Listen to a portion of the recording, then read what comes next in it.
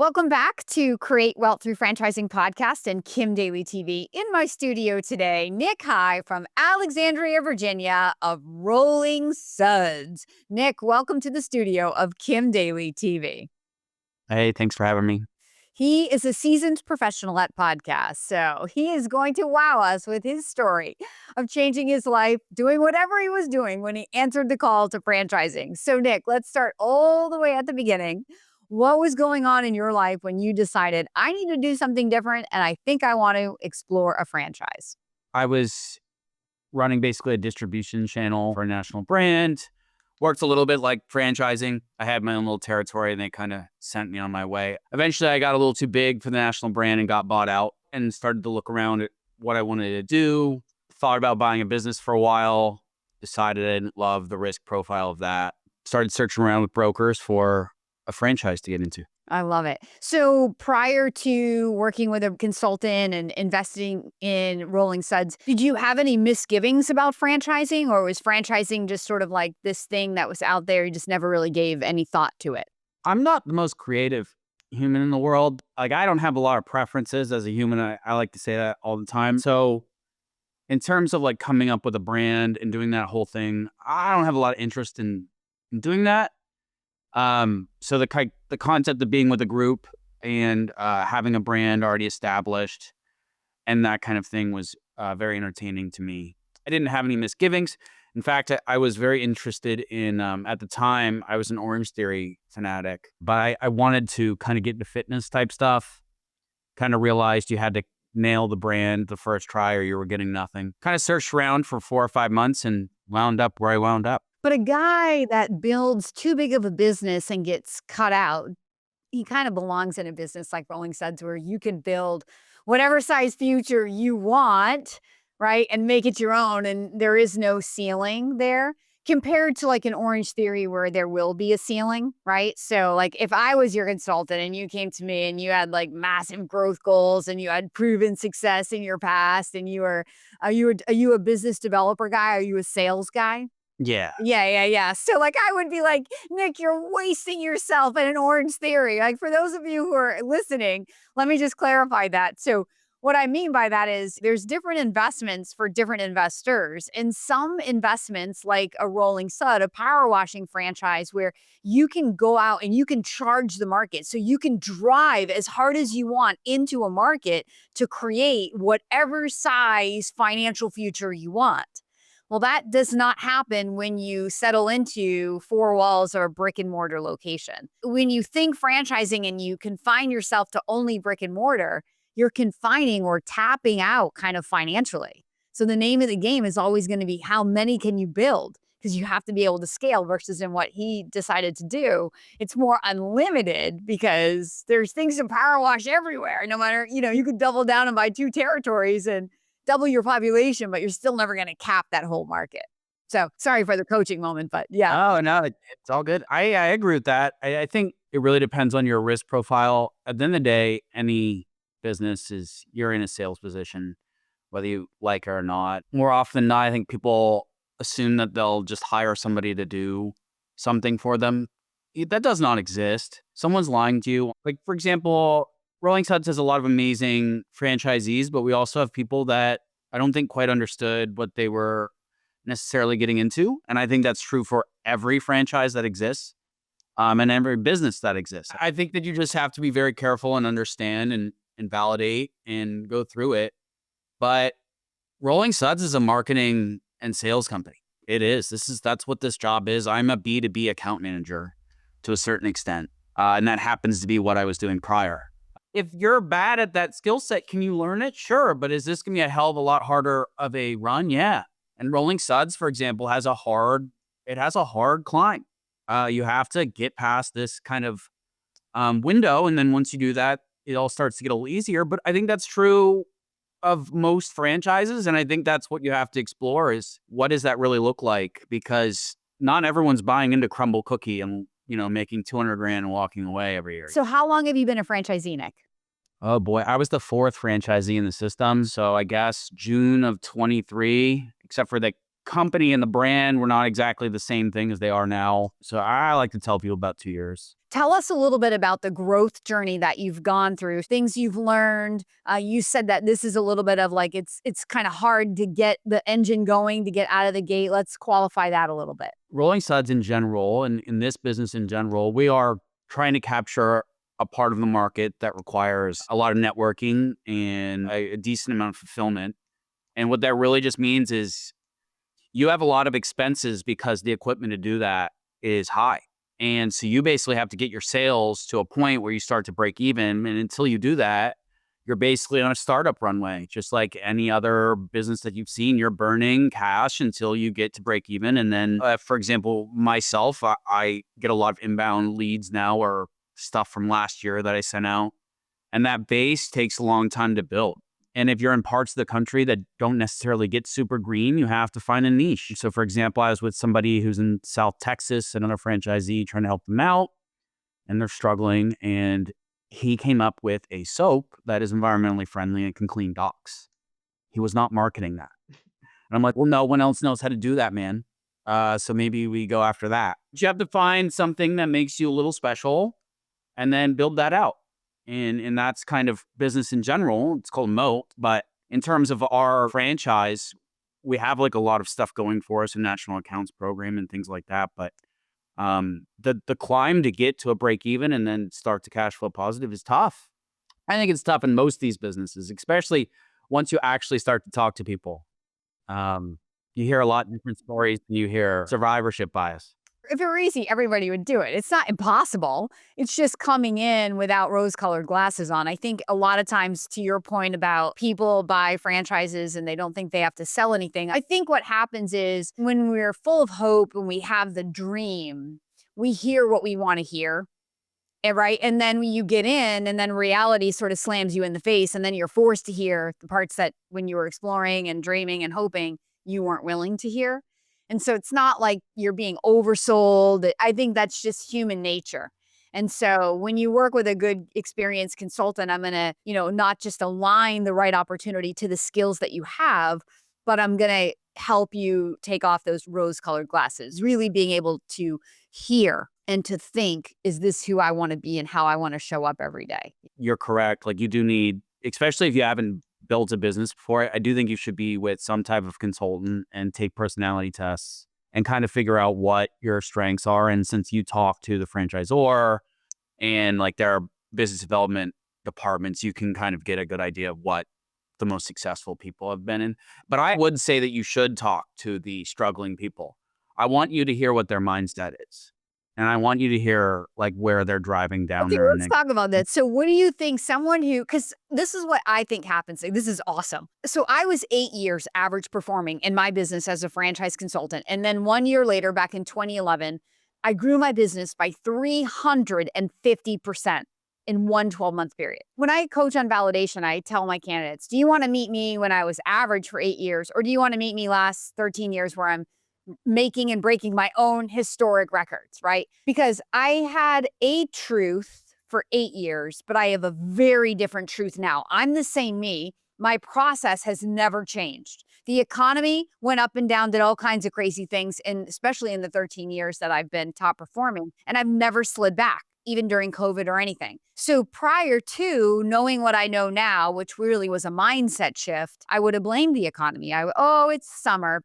Business is slow. Oh, it's an election year. That just knocks, I would have blamed external circumstances, but today I don't blame anything. I just look in the mirror because I'm the cause of everything that happens in my business. So those factors can impact your business if you allow them to, but they absolutely do not have to. And I can prove that to you. So from your perspective, why do you think somebody should validate with the me who is average performing or worse, someone who's really like struggling? What do they have to offer to the success formula? A lot of what makes people successful with money is their emotional capabilities. And I think a lot of where people struggle in business, and this is myself too, you just have bad days. And I call it quitting for a day, but you should do that a decent amount. If your mindset's just completely wrong, then you're just going to tumble and make poor decisions.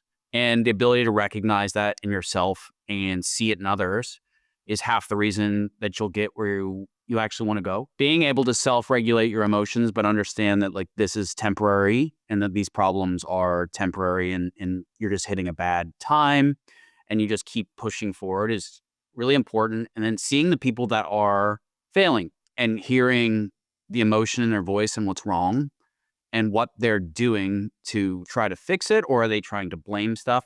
And I think that a lot of times in franchising, if you choose a bad brand, you do have a reason to be upset. Like to your point, that's not necessarily always true. Someone is probably killing it in the model, and that's just kind of who they are as a human. And so I think you going around and listening to different types of people and then reflecting back on yourself and saying, okay, if I'm being realistic with myself, if I'm failing, which of these two voices do I have?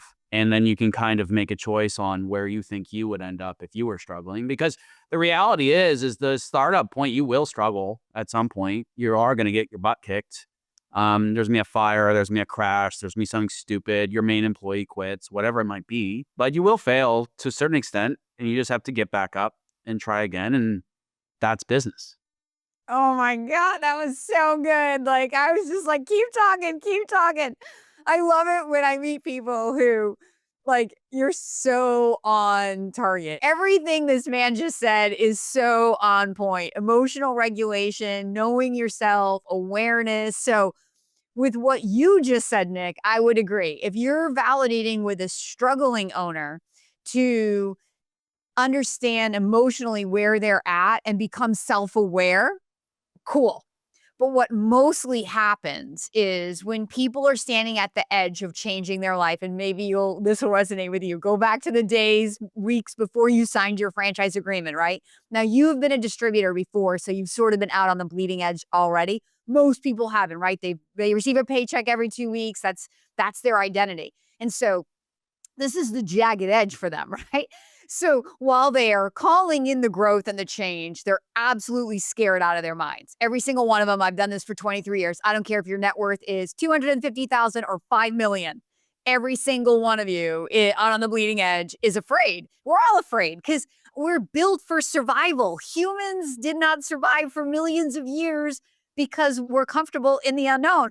We're comfortable in what is known. And that is the way our mind is literally programmed. So that's survival though. But when you're stepping out to own a business, we're not in survival. This is thriving. So my whole point here, Nick, is most of the time people's fear aligns to the struggler's fear. And then it knocks them off of their own ability to push forward. So if somebody's empowered enough in their belief that they're going to change their life, and you're validating with a struggling franchise owner, and you can see it for what it is and not allow that to impact your decision, have at it.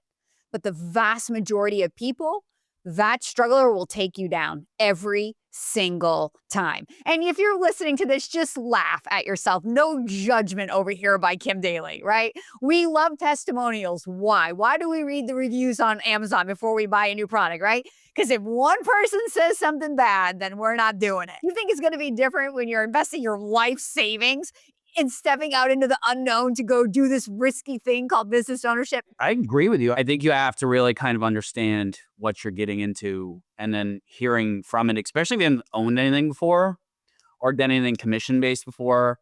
You can always tell when someone is having a bad sales slump because there's, like you said, it's the economy, it's this, it's that. And But you it know, never is, right, Nick? it not often. I love this conversation. I love the high performing people because there's just a different level of you get itness. And that's just so fun to like bump into. So, and I want the person who's listening to fall in line with this conversation and be like, I get it too. I get it too. That again, that's the point of all these interviews. It's the point of all my content. So you don't feel like you're on the outside and you don't get it. You just have to open your heart. And you listen with your ears, but you hear with your emotions. And so that's what you have to do. So, okay. So Nick, so how many territories do you own? How big of a business have you built? And what are you looking forward to over the next few years? Yeah, I have 6 territories. I started with 4 and bought 2 more. So I own the majority of Northern Virginia. Wow. Um, And How did that go? So you started with 4. Did you want 6, but then shrink back a little bit like it's too much? Or did you get in and realize what you had and you said, I got to buy it all? I basically thought about it, and people were sneaking around my western side. Rolling Suds was very hot for a while. It's not to say we're hot now, but we're maturing, so you slow down your growth a little bit. But I did not want someone to take the western flank. Half the internet runs through Loudoun County. Well, I think it's like 70%. So losing that area would be a detriment to my future growth. So locking that out and then making it less advantageous to buy around me was the purpose of the expansion. Strategic and because you're growth minded.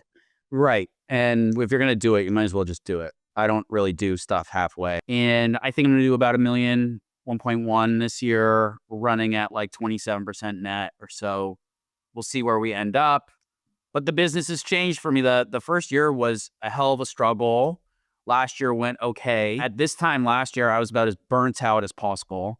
I had found somebody that I thought wanted to be a general manager. But like, for example, on the 3rd of July, we killed an elevator by accident. And now I'm dealing with liability insurance for the first time.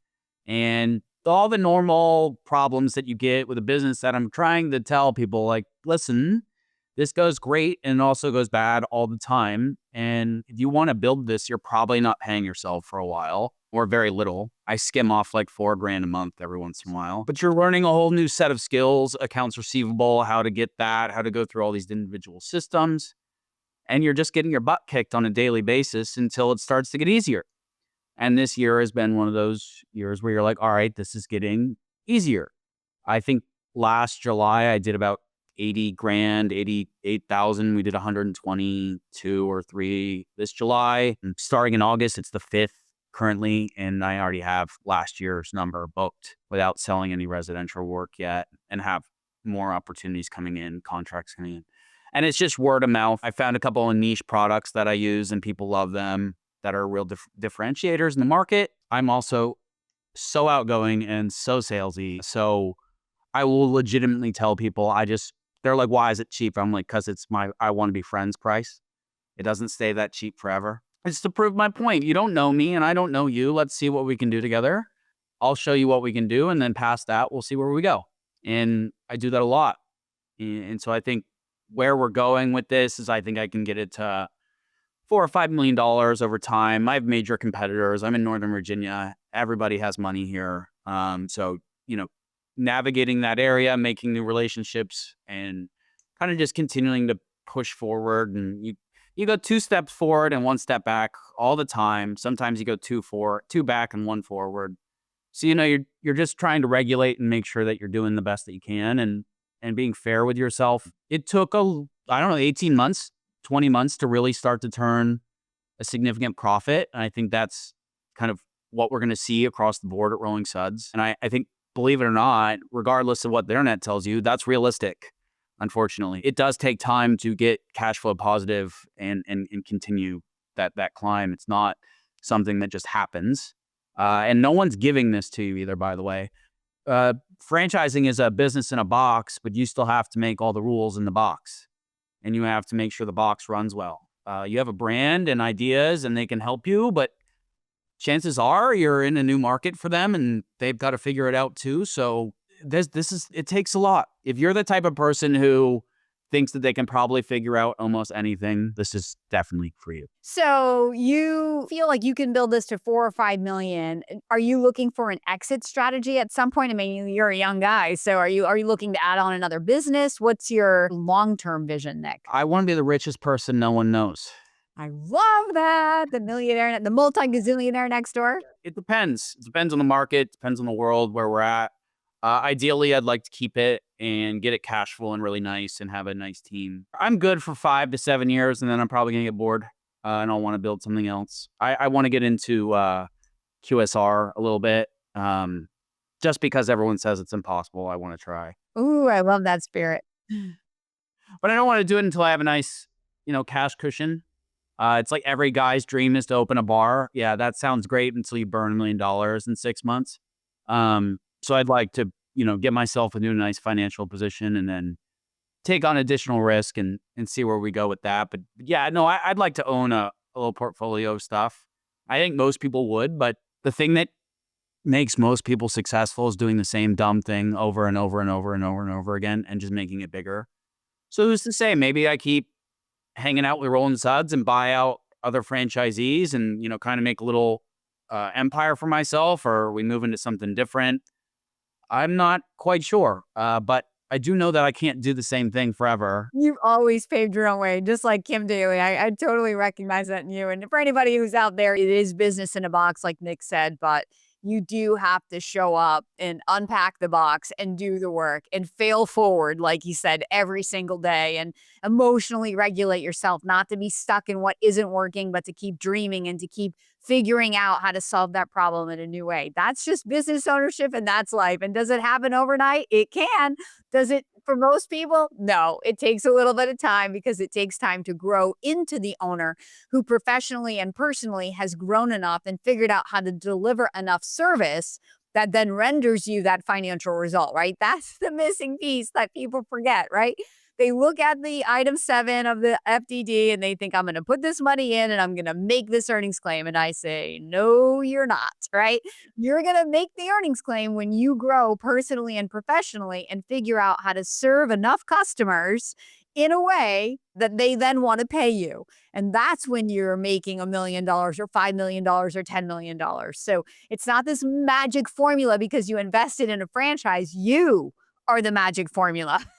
The franchise just gives you the strategy, but it's what you do with the strategy that creates the outcome. They might give you some like very nice vendors, some exclusive like discounts and whatever that might be, but it's not solving your daily like problems. And then the other parts of this too is you have to be able to take a look at the problems and understand that it's a really big problem in your head right now, but does it matter in a month, 2 months, or 3 months from now? More than likely, no. And then the next portion of that is when this problem comes up again, there's almost no chance you care. We have like right now, I have one of my trucks is down and it's not like the truck's not broken, but I let the pumps leak a little too long. Whatever. So I'm replacing the bodies myself, but on like my garage floor are 2 pumps that I'm working on. And so we just figure out a way. And I think last year I would have had a connection. We move around business and we make it work and they'll be back up and running by the end of the week. And all right. I mean, it happens. At least it didn't happen in the spring. And so you just have to keep thinking positively and then realizing that all of this pain is somewhat temporary and that the problems that you're facing today are not the problems you'll face next year or 2 years from now. And you just keep building on them. But it's the same concept. And this is true for all of business and every commissioned salesperson or anyone who's lived off of 1099 money knows you're going to have these wild raids. And as long as you can kind of cut through it and not ride that experience, the people who are obviously going to fail are the people who sit there and go crazy with their highs and their lows. I sold 30 grand and they're super pumped. And then the next day they lost 10 because somebody put the wrong thing on the wrong thing. So as long as you can stay as even as possible for as long as possible, you can get where you want to get. But if that's not you, this potentially is not maybe the right avenue. Yeah, love it. It's great advice. So, Nick, to wrap this up, for those people who may be listening who have not yet taken the step of reaching out to Kim Daly, so they follow me, they're interested in this topic, but they haven't taken any action to say, I want to stand up to my dream. What advice do you have for those listeners? There are people who do stuff, and then there's people who talk about stuff.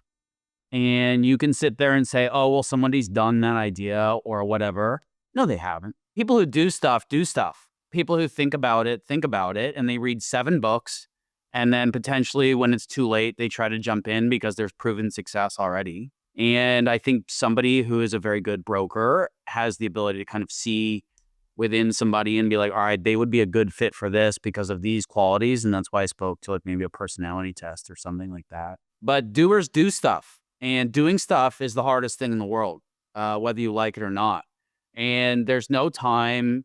If you don't have urgency in everything you kind of do, then you're never really going to get into this type of a role. And I think if you think that you're a doer and you're on the fence, you should just go for it or at least start talking to you. I'm sure it isn't going to like break the bank by talking to you and trying to figure out a franchise that will work best for you or a business that might work best for you. And that's kind of the biggest deal here is not that Not that you shouldn't be thinking about it and making sure that's right for your family and all of those things all combined, but if you're gonna go, you need to go now and start the process and go through this. I think I went through 20 brands before I was like, "Yeah, cool, this works." And because it fit my risk tolerance, at the end of the day, if this fails, I can run it myself. And that's really what it's all about, is just going for it and consider your options, but do that carefully. Make sure this fits your mindset. And at some point, you have to look at yourself and your family and just say, F it, let's do it. Doers do. So if you're out there, take the first step. I won't bite. And it's a totally free service for you. So it doesn't cost you any money to reach out to Kim Daly ever.